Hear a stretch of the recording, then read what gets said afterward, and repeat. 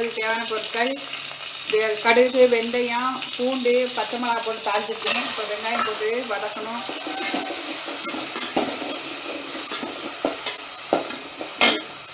இதுதான் கிளி மீன். கிளியுடைய கலர் எப்படி இருக்கோ அதே கலரில் இருக்கும். சாப்பிட ஒரே ஒரு முள் தான் இருக்கும், ருசியாக இருக்கும். சாப்பிட்டு பார்த்த பிறகு செஞ்சு ஷேர் பண்ணி இந்த சேனல் சப்போர்ட் பண்ணலாம்.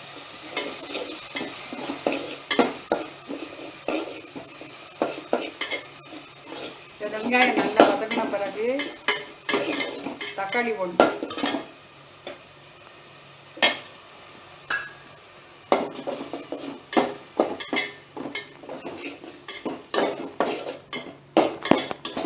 இப்போ வெங்காயம் தக்காளி நல்லா வதங்கிடுச்சு. வதங்கினோடனே மிளகாத்தூள் போடணும். மல்லி மிளகாத்தூள்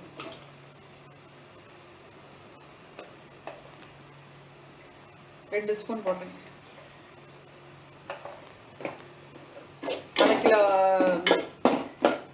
மீனுக்கு தேவையான பொருட்கள்.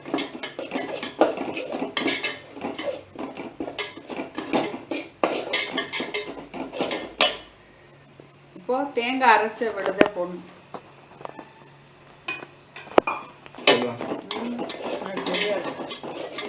இப்போ நல்லா வதக்கின பிறகு புளி கரைச்சி ஊற்றணும்.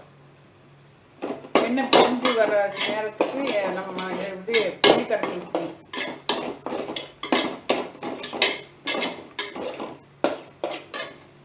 பச்சை வாசனை போனால் தான் குழம்பு நல்லா இருக்கும்.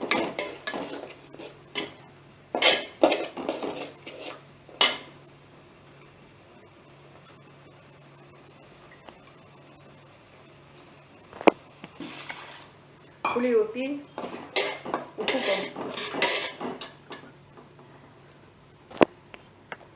மஞ்சள் தூள் போடணும்.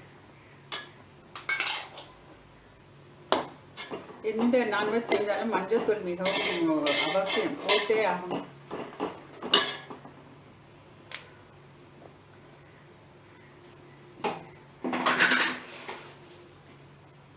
தேவையான அளவு உப்பு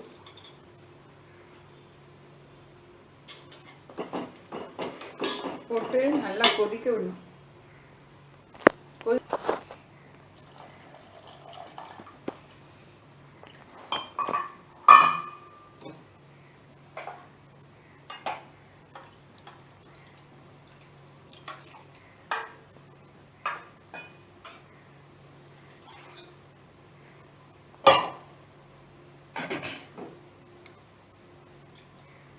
சில பேர் கரைச்சி ஊற்றி மீன் குழம்பு செய்வாங்க. எல்லா வெங்காயம், தக்காளி, தேங்காய் எல்லாம் கரைச்சி அப்புறம் கொதிக்க விட்டு மீன் போடுவாங்க.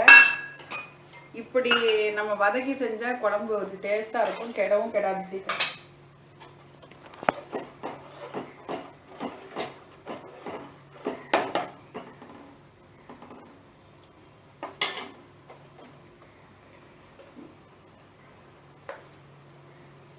கிரேவி கொதிச்சிருச்சு. இந்த கிரேவி மீன் கிரேவி நல்லா கொதிச்சிருச்சு. இப்போ இந்த கிளி மீனை போடுறேன்.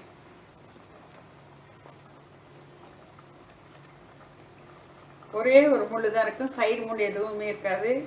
சாப்பிட ருசியாக இருக்கும். செஞ்சு பார்த்து ஷேர் பண்ணி எங்கள் சேனலுக்கு சப்ஸ்கிரைப் பண்ணுங்கள். எப்படி இருக்குன்னு சொல்லி. ஒவ்வொரு மீனும் ஒவ்வொரு ருசி.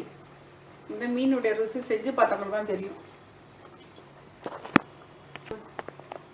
இது ஒரு 5 நிமிஷம் வச்சா மீன் நல்லா வெந்துடும், சாரம் உள்ளுக்கு நுழைஞ்சிரும். மீன் சாப்பிட ருசியாக இருக்கும்.